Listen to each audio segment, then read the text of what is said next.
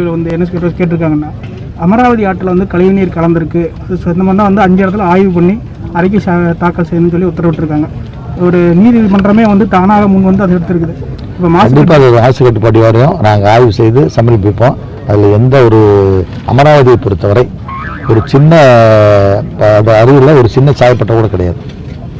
அமராவதி நீங்கள் இதிலிருந்து நம்ம கொடைக்கானல்லிருந்து தொடங்கி நீங்கள் காவேரி ஆற்றுக்கு வர வரைக்கும் கரூரில் சாயப்பட்டது இருக்குது. கரூர் வந்து கரூருக்கும் ஆற்றுக்கு சம்மந்தமே இல்லை. அந்த மாதிரி இப்போ எல்லாம் தொண்டை தூரத்தில் தான் இருக்குது.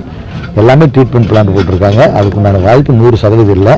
அது இன்னைக்கு நம்ம கண்டிப்பாக அது நம்முடைய துறை ஆய்வு செய்து உண்டான ரிப்போர்ட்டை சமைப்போம். இது போக இன்னொன்று சொன்னாங்க, என்ன சொல்லியிருந்தாங்கன்னா, மாசு கட்டுப்பாட்டு வாரி வந்து ஊழலால் மாசு அடைஞ்சிருக்குன்னு சொல்லி ஒரு கருத்தையும் தெரிவிச்சிருக்காங்க. அவங்களோட கருத்து, அது அவங்களோட கருத்து. நம்ம அதை பற்றி நம்ம பேசுறதுல அவங்களுடைய கருத்து பலரும் இன்னைக்கு எல்லாத்துக்கும் நாட்டு சுதந்திரம் இருக்குது, எல்லாரும் பேசலாம். அதனால் அவங்களுடைய கருத்தை அவங்க சொல்லியிருக்காங்க.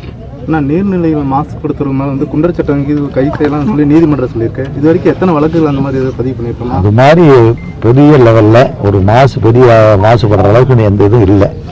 அது மாதிரி வர காலத்தில் பார்த்துக்கலாம்.